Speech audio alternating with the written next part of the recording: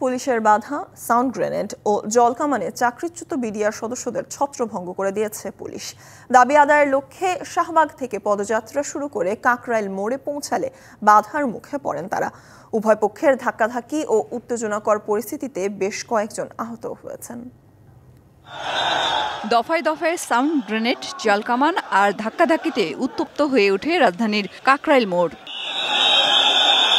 সোমবার সকালে শাহবাগে জাতীয় জাদুঘরের সামনে অবস্থান কর্মসূচি পালন করেন চাকরিচ্যুত বিডিআর সদস্যরা। ৩ দাবি পূরণে সাড়া না পেয়ে যমুনার অভিমুখে পদযাত্রা শুরু করেন তারা। এ সময় পথে একাধিকবার পুলিশের বাধা উপেক্ষা করে আন্দোলনকারীরা কাকরাইল মোড়ে অবস্থান নেন।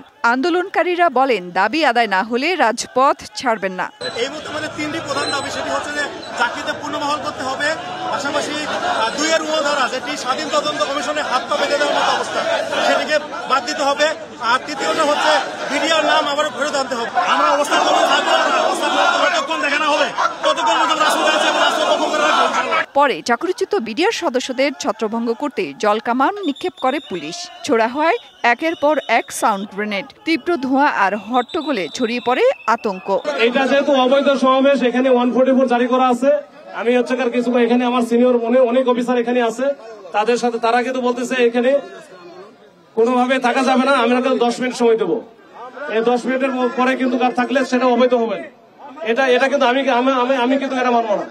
10 মিনিট সময় দিলাম, দেখেন আপনারা চিন্তা করে দেখেন, এরপরে আমরা জানান 10 মিনিট সময়। এই ঘটনায় বেশ কয়েকজনকে আটক করেছে পুলিশ।